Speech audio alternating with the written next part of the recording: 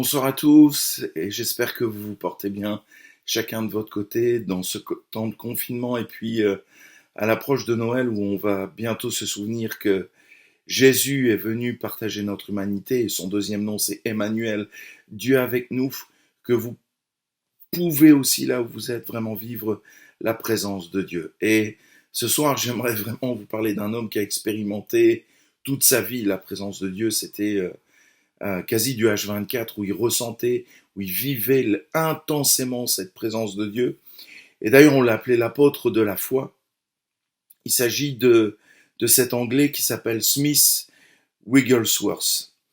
Il fut certainement l'un des hommes les plus loin par Dieu durant ces temps modernes. C'est pas tellement loin de Sinou, puisqu'il est décédé en 1947, et il a surtout exercé son ministère dans les pays anglo-saxons, avec deux gros freins, évidemment, c'est les deux périodes des guerres, les grandes guerres qui ont traversé le XXe siècle, dont la Première Guerre mondiale et la Deuxième Guerre mondiale. Il était rempli de foi et de Saint-Esprit. Il vécut et marcha continuellement dans la présence de Dieu. Et les miracles qui l'accompagnaient, son ministère était du genre que l'on a rarement vu depuis les premiers jours des apôtres. Des gens nés aveugles ou sourds ou estropiés, tordus, déformés par la maladie, d'autres au seuil de la mort, rongés par les cancers ou toutes sortes de maladies, ou même déjà mortes, ont été guéris ou ramenés à la vie, ressuscités par la grâce de Dieu, par la puissance de Dieu au travers du ministère de cet homme. Il est né en 1859 dans une pauvreté extrême. Dès l'âge de 6 ans, il a travaillé dans les champs et 8 ans dans des entreprises. Bien plus tard, il fondera lui-même sa propre entreprise de plomberie pour subvenir aux besoins de son ministère. Mais il va naître dans une famille extrêmement pauvre. Smith Wigglesworth fut converti par les méthodistes, donc à l'âge de 8 ans.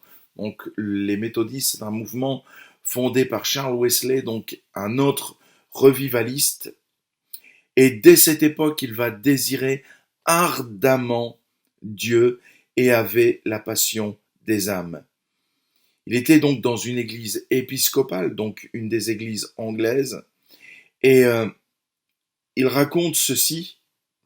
Je n'avais pas 12 ans, mais entre 9 et 10 ans, quand l'évêque mit ses mains sur moi, donc c'est lors de sa confirmation, je me rappelle que lorsqu'il m'imposa les mains, j'eus une expérience semblable à celle que j'allais avoir 40 années plus tard, quand je fus baptisé du Saint-Esprit. Mon corps entier fut rempli de la conscience de la présence de Dieu, une conscience qui resta en moi pendant des jours.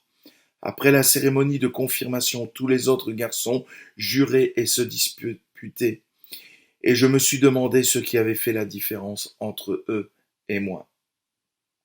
Déjà dès son enfance, il était marqué et imprégné de la présence de Dieu. Tellement important de prier pour nos enfants afin qu'ils puissent vivre aussi une expérience profonde avec Dieu, une expérience qui va les toucher, une expérience qui va les enraciner.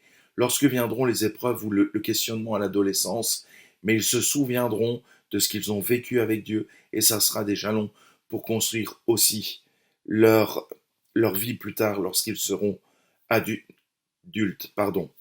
Notons que cela, on est bien avant le réveil pentecôtiste. Le réveil pentecôtiste va éclater début du XXe siècle. Là, nous sommes toujours dans le XIXe siècle, bien avant donc le réveil d'Azusa Street. Smith Wigglesworth avait une faim de Dieu. Il avait vraiment cette faim de Dieu et cette expression avoir faim de Dieu va marquer aussi sa prédication.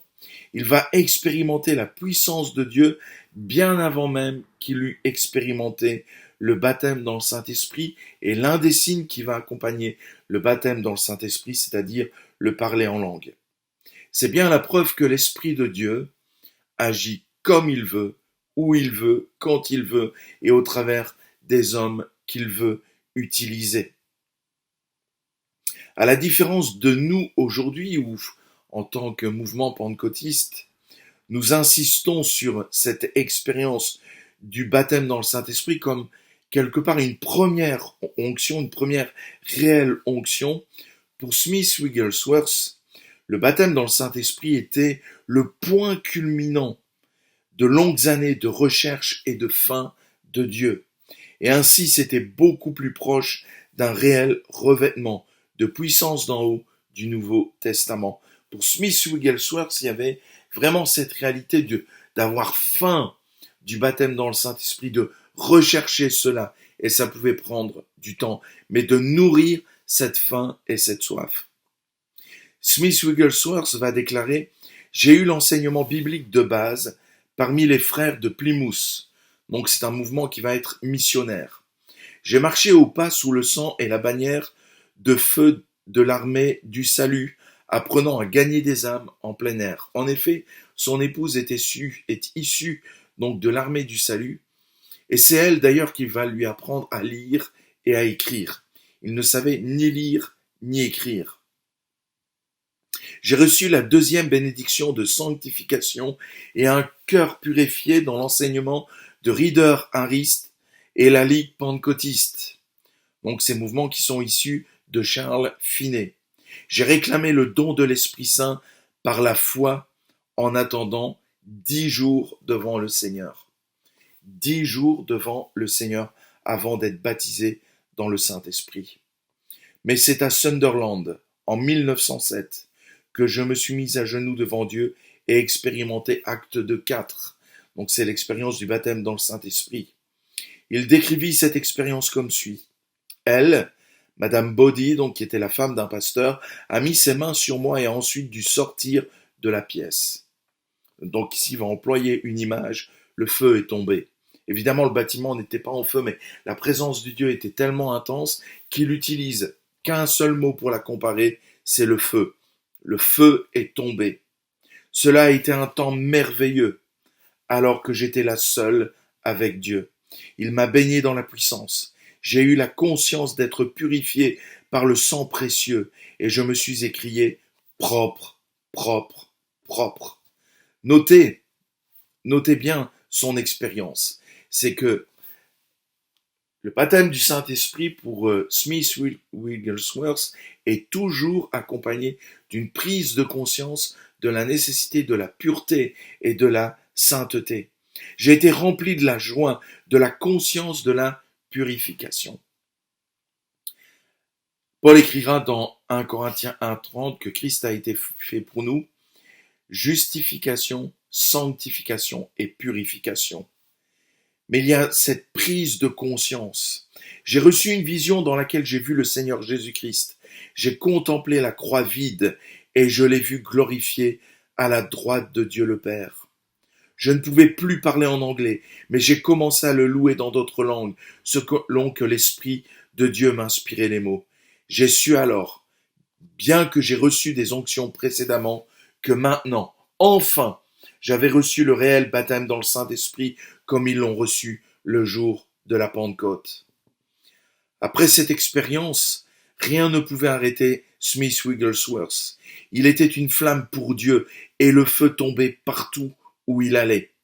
Il dit « Je crois que les ministres de Dieu, donc les serviteurs de Dieu, doivent être les flammes de Dieu, rien de moins que des flammes, rien de moins que des instruments puissants, avec des messages ardents, avec des cœurs pleins d'amour. Ils doivent avoir une profondeur de consécration dans laquelle Dieu a pris la pleine charge du corps et il existe seulement dans le but de manifester la gloire de Dieu.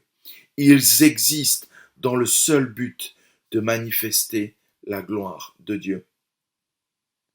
Ça m'interpelle parce que finalement, en tant que ministère, en tant que serviteur de Dieu, lorsque nous faisons un service, lorsque nous servons Dieu, nous le servons pourquoi ? Est-ce que nous nous servons de lui pour en retirer une gloire quelconque ou nous nous servons, ou Dieu se sert de nous pour manifester sa gloire ? C'est une question d'humilité, comme Julien le rappelait dans son partage sur le roi Roboam, c'est une question d'humilité. Est-ce que je me sers de Dieu finalement pour en tirer une gloire quelconque ou est-ce que je sers uniquement la gloire de Dieu. Il posséda certainement une audace et une hardiesse dont l'équivalent a rarement été vu dans la chrétienté des temps modernes. Lorsque vous lisez sa biographie et ses témoignages, honnêtement, là où j'en suis, jamais j'oserais faire ce qu'il a fait. Ce n'était pas rare pour lui d'annoncer à ses réunions chaque sermon que Christ a prêché était introduit par un miracle spécifique. Et en effet, lorsque nous voyons les prédications ou les enseignements de Jésus, ils sont souvent précédés soit de plusieurs miracles, soit de plusieurs guérisons ou de délivrances. Et il va mettre en pratique ce que Jésus a enseigné ou vivait. Il disait, nous allons suivre son exemple. La première personne dans ce grand auditoire qui se lèvera, quelle que soit sa maladie, je prierai pour cette dernière et Dieu le ou la délivrera. Et la première personne à se lever, même si c'était l'estropié le plus déformé, était guéri. Quel prédicateur aujourd'hui ose faire cela? À une autre occasion typique, un homme s'avança pour la prière à cause d'une douleur à l'estomac. Et en commandant à la douleur de partir, Wigglesworth, donna un coup de poing à l'homme dans l'estomac si fort qu'il fut envoyé au milieu de la pièce, complètement guéri. Ce genre de choses arriva plus d'une fois. Wigglesworth croyait qu'il fallait commander aux malades d'être guéris au nom de Jésus. Sa foi était une foi sainte et agressive. C'était un homme violent. Ici, on parle de la violence comme enseignée dans les évangiles ou par Jésus, ou lorsqu'il dit ce sont les violents qui s'emparent du royaume des cieux. Donc ici, il parle de la foi qui pose des actes avec certitude, pas marqués par la timidité, mais marqués par le courage. Il prenait position contre le diable par la force. Et pourtant, c'était aussi un homme de grande compassion, ainsi que de grande autorité. Un certain nombre de gens furent aussi littéralement ressuscités des morts sous le ministère de Smith Wigglesworth. À partir de 1907, on va dire, sa notoriété va commencer à se répandre et dès 1920, il va commencer à voyager partout dans le monde, surtout en Australie, en Nouvelle-Zélande, même en Chine. Il sera emprisonné aussi parce que sa prédication dérangeait surtout par rapport à la guérison, la libération, etc. Et donc les médias vont le suivre et vont attester. Les journaux de l'époque vont attester de son ministère de puissance et comment Dieu l'utilise pour guérir et convaincre de péché.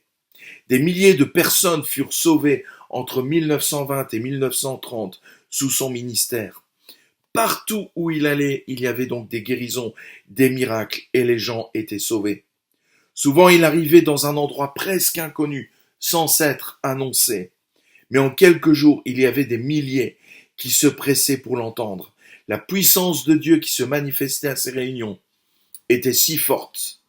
Dieu était vraiment glorifié partout où il allait.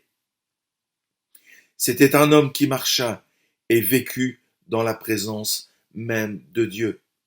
Et pourtant, par beaucoup d'aspects, c'était un homme très naturel, terre à terre. Et il n'avait pas peur non plus de déclarer des réprimandes sévères aux uns et aux autres, guidés par l'Esprit. Son but était d'être en communion constante et intacte avec le Père.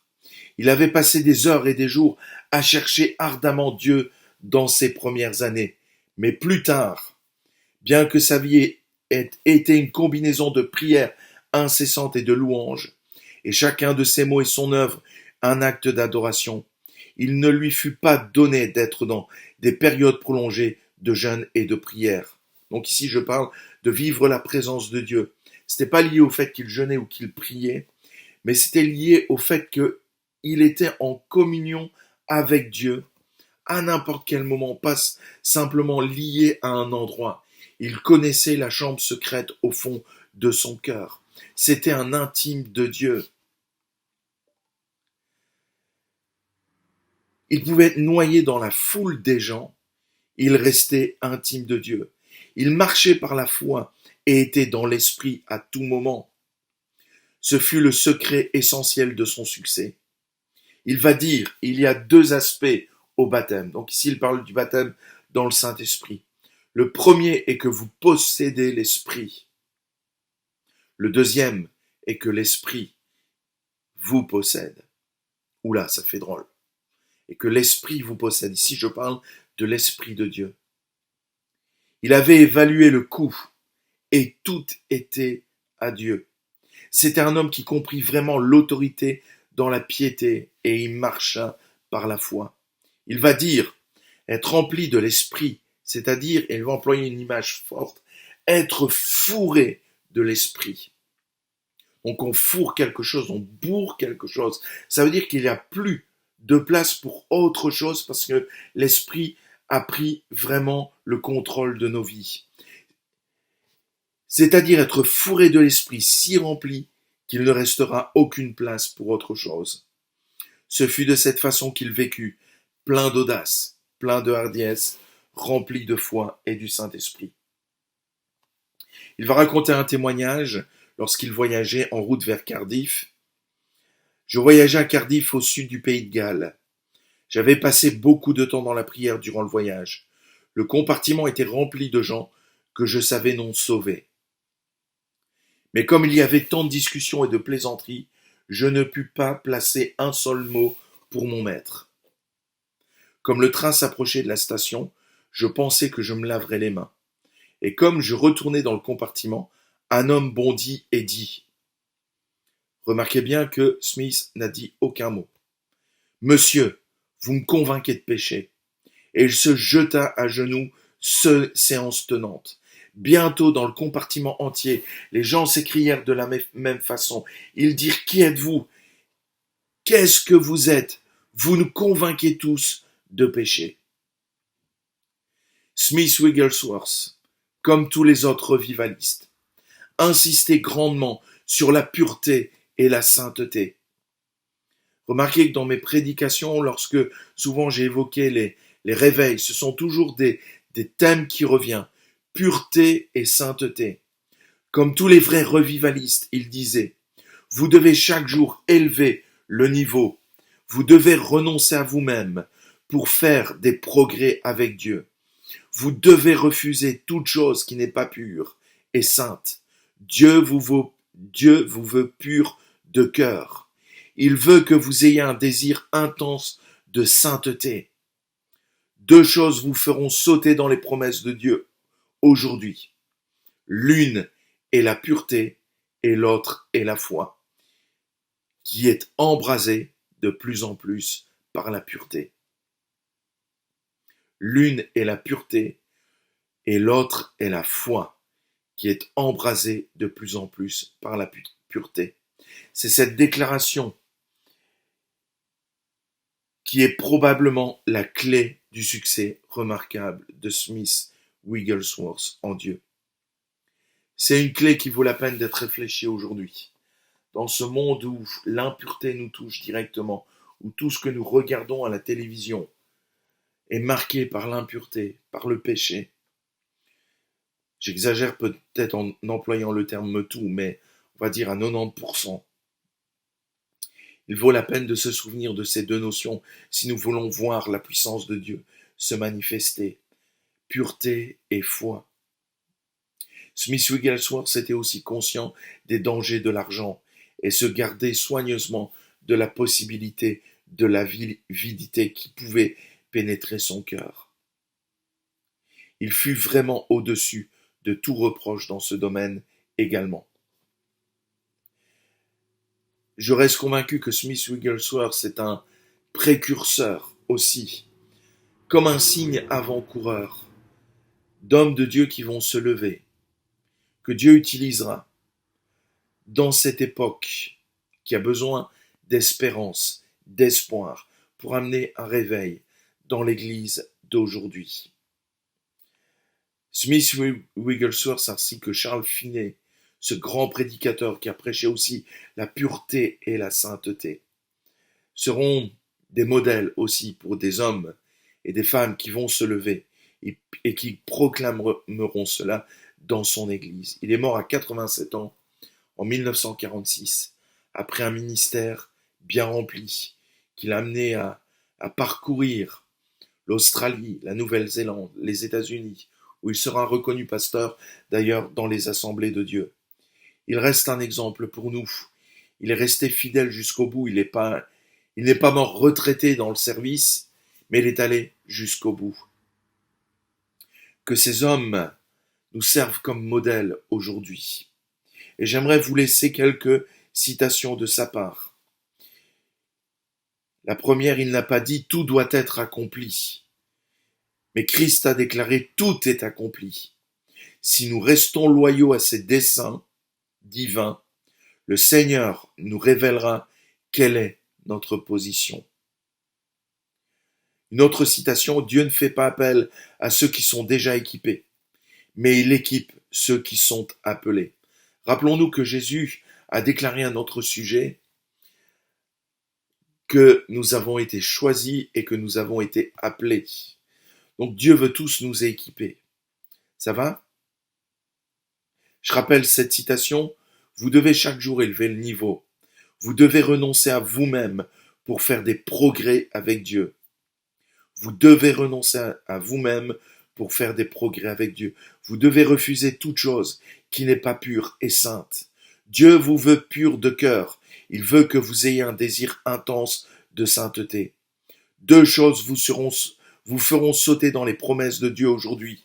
L'une est la pureté et l'autre est la foi qui est embrasée de plus en plus par la pureté. Autre citation, la peur regarde, la foi est en mouvement. La foi obtient toujours ce qu'elle veut. Si je vous laisse tel que je vous ai trouvé, je ne suis pas le canal de Dieu. Je ne suis pas venu pour vous divertir, mais pour vous amener à sourire à l'impossible. Une autre expression, c'est par rapport à son amour de la parole de Dieu. Il va dire des personnes aiment lire leur Bible en hébreu. D'autres aiment la lire en grec. J'aime lire la Bible par le Saint-Esprit. Il va dire aussi, rien n'est impossible avec Dieu. Tout est impossible quand nous mesurons Dieu avec notre incrédulité. Il va dire aussi, le secret du succès spirituel, c'est d'avoir une faim qui persiste. Dieu a toujours regardé à la faim et à la soif de son peuple. Et pour terminer, une grande foi est le produit de grands combats. Les grands témoignages proviennent de grandes épreuves. Et les grands triomphes sont le résultat des grands défis. Alors mes amis, que Dieu nous vienne en aide et qu'il nous bénisse. Je me sens comme un nain de jardin, si je peux employer cette expression par rapport à ce ministère. Mais ce ministère défie ma foi et qu'il puisse nous défier et nous donner faim et soif parce que c'est possible par la grâce de Dieu. Et que Dieu puisse envoyer un puissant réveil que nous attendons. D'ailleurs, je vous rappelle cette invitation donc le dimanche 19 de 15h à 17h de prier ensemble. Seront comme une chaîne de prière de nous retrouver en Zoom de 17h à 18h pour prier ensemble. Alors soyez bénis et défiés dans votre foi. Prions ensemble. Seigneur, merci pour l'exemple de ces hommes. Merci pour des hommes tels que Smith Wigglesworth qui défient notre foi et qui défient nos raisonnements. Seigneur, les journaux, la raison humaine a été défiée face à ces guérisons, face à ces résurrections. Ils n'ont pu que constater et photographier la vérité.